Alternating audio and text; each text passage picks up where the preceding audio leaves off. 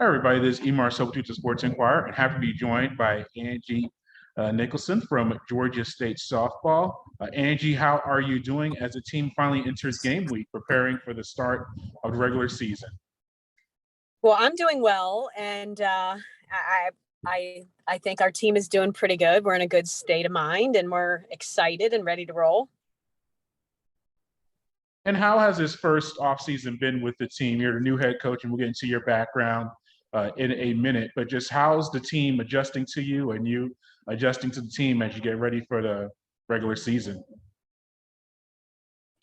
Well, I can honestly say it's truly been it's been quite a journey. It's been really good. I think these girls were ready for something new. They were probably a little nervous for something new, but I think they were ready and anxious. And it's been on both sides. It's been a really, really great thing.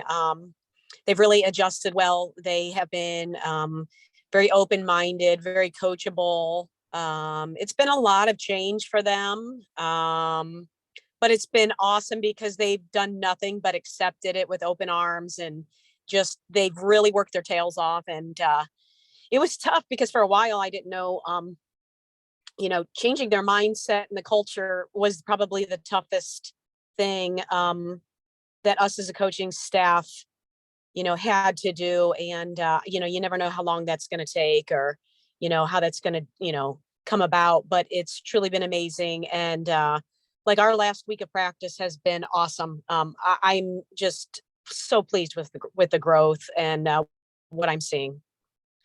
And how important it is also, I think you were able to get some fall activities in, maybe compared to previous with the pandemic, or at least them being able to participate in some things and work out together. And so far, a pretty consistent, year to the spring, starting in January.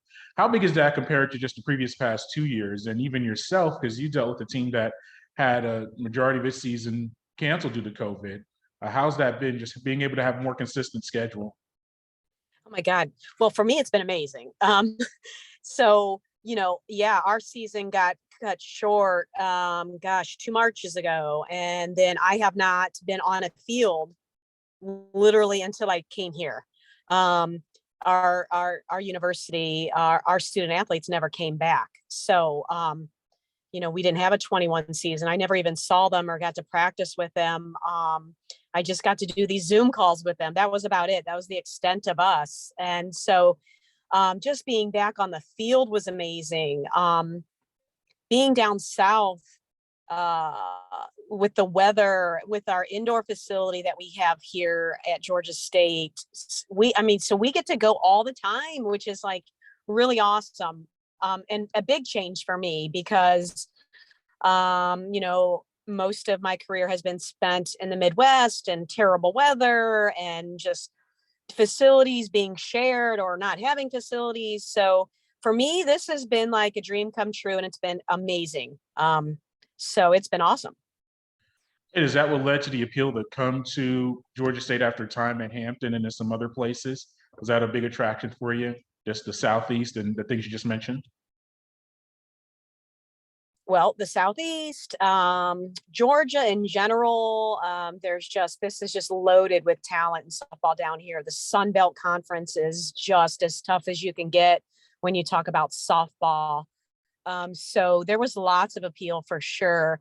And just coming into a program that, just like in my past, I've entered programs that have kind of not been doing well and taken over and kind of turned them around. So that was another exciting thing about this position. Yeah, and you do return two all-conference preseason performers in Daisy Hess and Emily Brown. What about those two players? The two players in Hess and Brown returning to your lineup for Yeah. this year, your preseason all-conference players. What about those two and just what they bring to the table for you? Well, so Daisy I'll speak on her first. She's just a leader. She leads by example. She is an amazing athlete who approaches the game the way it's supposed to be approached. She's very clear in her mind and her head, and that allows her to be a great player. So she's just fun to watch. And, like I said, a perfect role model for those younger ones. And then you have Emily Brown, who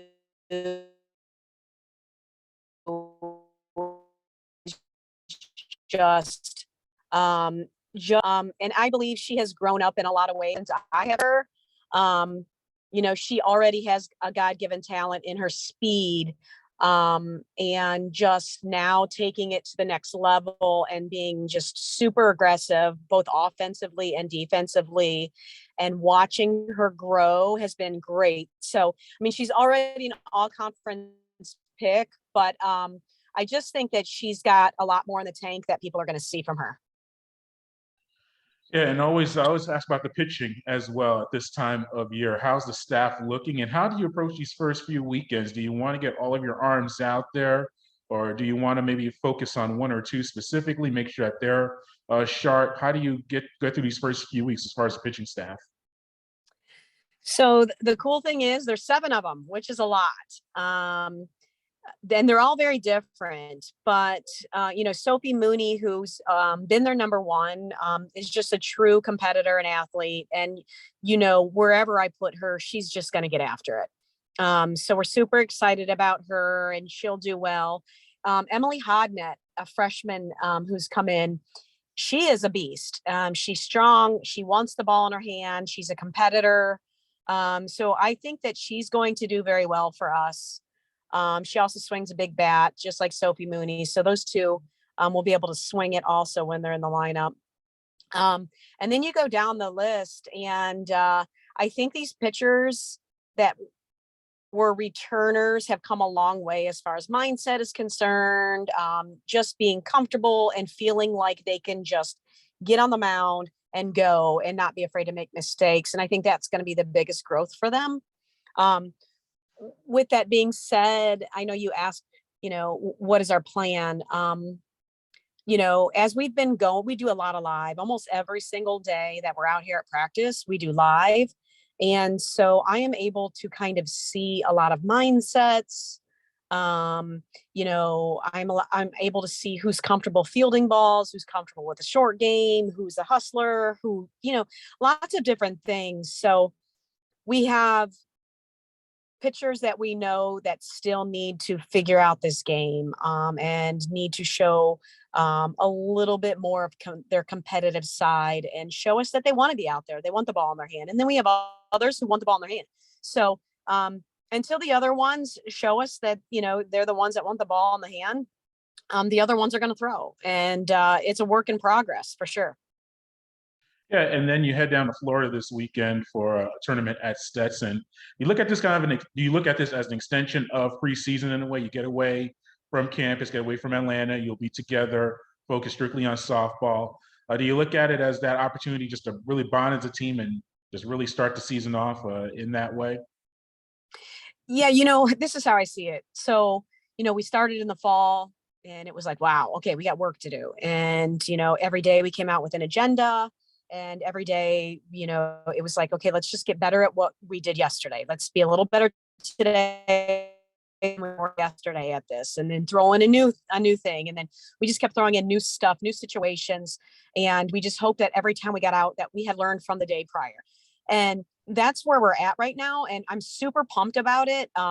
And I told them, I said, listen, if we just use every single day that we step on the field moving forward, like we have this fall, just getting better every time we get out there, learning each other, testing each other, backing each other. We are going to continue to grow. And for me, I told him, I said, it's not about how we're going to start the season. It's going to be how we finish the season. It's the end that counts. As we keep growing together and taking these steps that we have all fall, truly, our potential is limitless. And that's what's exciting. Well, Coach, thank you for your time. We appreciate it. And we'll catch up after the first few weeks of action to see where the team is. Yes. Thank you so much, Marcel.